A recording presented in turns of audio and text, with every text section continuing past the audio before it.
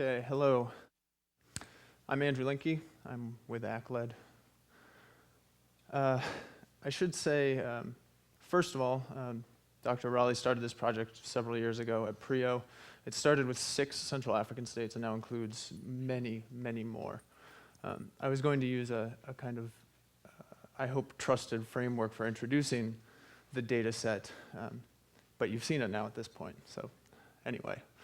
In all of the examples that follow, I'm drawing upon data that have, violent events, that have occurred in the first 4 months of this year. This is their approximate distribution across space within the country, but the real question, I think, is what we can draw out of it, or sort of what kind of details are within the data. So who is one of the first good questions, right? This question is extremely important for practitioners, for policymakers, for academics, as well. And we don't want to just know about X insurgent, right? There's a lot more detail behind the scenes. If we separate out certain actors from the overall data pool, you can see quite clearly that the different actors have different sort of spatial distributions within the country. The African Union Mission, for example, is chiefly active in Mogadishu, right? In contrast to NGOs and one of the many insurgent organizations. All right, what happened? So in violent regions of the world, we see a number of different forms of violence, different types of events. And the question then is whether or not there's sort of systematic state repression, as one example. ACLED records the very precise details of each actor, each type of event that occurs. So in the case of a battle, you have 2 armed groups competing against one another. In the case of violence against civilians, you have 1 unarmed group and 1 armed group. Riots are recorded as well as a number of other types. If you take the type of event and map it all out across space, you see very different types of distributions, right? For civilian killings, as an example, we know this is a serious problem in Somalia. You can see that the extent is rather widespread. I mean, this is without any sort of formal analysis, right? And in turn, territorial gains, riots, other types have their own unique distributions. All right, where violent events occurred. This should be a pretty simple question. However, most existing violent event data sets either have some degree of aggregation of the data in the spatial dimension, or it's non-existent at all. All right, the locations of violence. So we have the exact locations of violence as you've seen plotted in the previous maps, but they're also still tagged with other information like region or district. This allows a certain degree of flexibility for the user.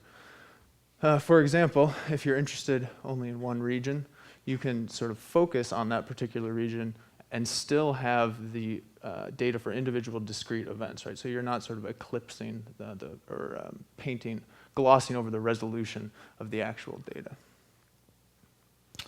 All right, when violence occurred. Often you have a temporal aggregation of data as well as spatial aggregation of data. That is in existing data sets, right? For example, in formal study of civil war, we often hear about country years as a unit of analysis. And of course, I think to myself that a lot probably happened within a year, especially in a place like Somalia.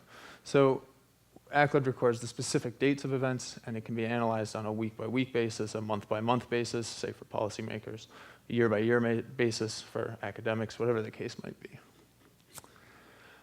Even on a monthly basis, you can see pretty unique distributions. For example, in April, there was the lowest intensity of violence in terms of number of events, yet the number of locations at which violent events occurred is the highest, right? So this is kind of an interesting pattern that you might want to look at further.